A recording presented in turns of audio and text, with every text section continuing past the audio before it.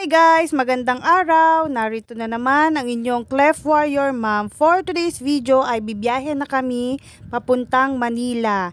Sunday ng 4 PM lumuwas na kami. Usapan namin ni Mr. is umaga or maaga ng Sunday ang luwas namin. Dahil Monday pa ng 2 PM ang schedule ni Benedict. Pero meron siyang parcel na hinihintay, naging 4 PM ang biyahe namin. Hindi ko na naibidyo yung pag-alis namin ng bahay dahil nakaidekdek yung aking cellphone. Yung part na dyan is parang nasa Nueva Vizcaya pa lang yata kami or nasa Nueva Ecija. Basta sigsag-sigsag na yung daanan. Tsaka sobrang daming sasakyan that time. Halos magkabilaan, maraming nakapark na trailer. Kaya sobrang traffic. Kaya dahan-dahan si Mr. At ayan na guys, nasa Manila na kami. Awa ng Diyos, okay naman ang biyahe namin.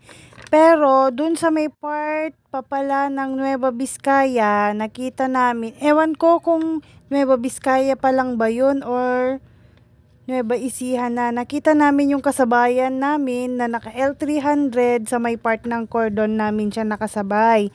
Nadisgrasya siya, kaya sa lahat po ng driver dyan, always mag-iingat po tayong palagi dahil meron pa po tayong pamilyang naghihintay sa atin.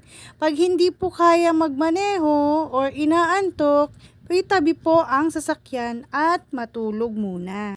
At ayan na nga guys, nasa PCMC na kami. 2 PM pa ng Monday ang schedule check-up ni Benedict sa kanyang ophthalmologist. Pero kailangan namin pumunta dyan ng maaga. Nasa Doctor's Clinic na po kami, second floor ng PCMC. Dati-dati takot na takot si Benedict dyan. Kasi pag nakakakita siya ng mga doctors na naka-uniform ng white, sobrang nagwawala siya. Pero buti na lang ngayon at napapakiusapan ko na siya. Very good naman ang ating Clef Warrior guys.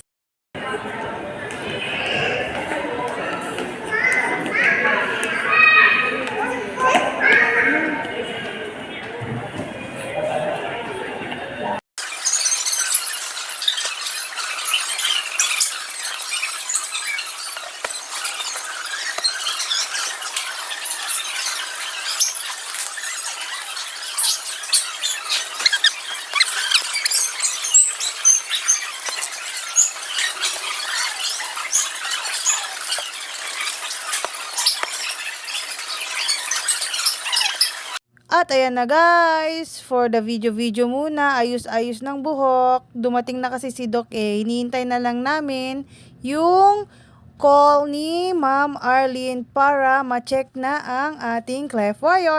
Finally guys, natapos na din ang check-up ng ating Clef Warrior. Bawal talaga mag-video sa loob guys, kaya hindi talaga ako nag-video doon sa loob. I-share ko na lang po ang sinabi ni Doc. Yun na nga, ang medyo okay naman yung progress ng kanyang mata pero need pa rin niya sa pediatric ophthalmologist. And then, ang next operation niya is yung physical outlook ni Benedict. Yung right na eye niya, wala kasing nagdevelop na eyeball doon. Kaya, lalagyan daw ng laman at saka lalagyan daw ni Doc ng artificial na mata.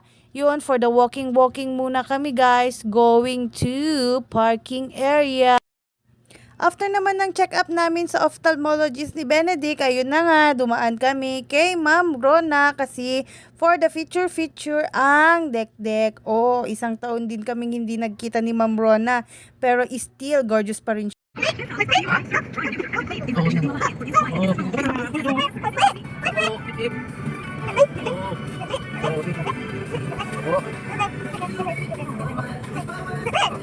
At iyan, kinaumagahan ng Tuesday, nag-request ako kay Mr. at sinabi ko na siya rin lang naman na nandito na kami sa Manila.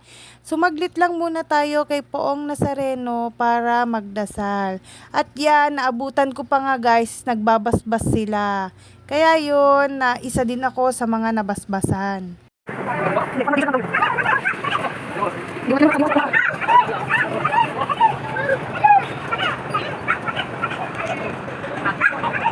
pa palang rason kaya kami nagpunta ng Quiapo guys is pinapalitan namin yung lens ng salamin ni Benedict. Diyan kami nagpagawa. Oh, hindi yan sponsor pero City Best Optical Clinic. Baka naman, char. Oh, ayan, supportive ang asawa ko. Oh, for the feature silang mag-ama dyan. Tapos, itong si Benedict naman, hindi niya mawari kung ano ang posisyon niya. Yan, for the walking na kami at biglang naisip ng aking mister na kumain kasi gutom na siya. Ayan, nagtanong-tanong kami kung nasaan yung famous pansit sotanghon ni Aling Rosa. Kaya yan, nag-join na kami dyan. Si Dekdek amazed na amazed sa lahat ng nakikita. Puro wow ang sinasabi niya. At ayan na nga guys, naka-order na kami. Pero after that, nakita na namin si Aling Rosa dyan. For the feature na kami. Approachable siya in fairness. At ayan na nga guys, natapos na rin ang check-up ni Benedict. Nakapagpasalamat na rin po kami sa Poong Nazareno. Pauwi na kami. Thank you for watching guys. Bye! God bless!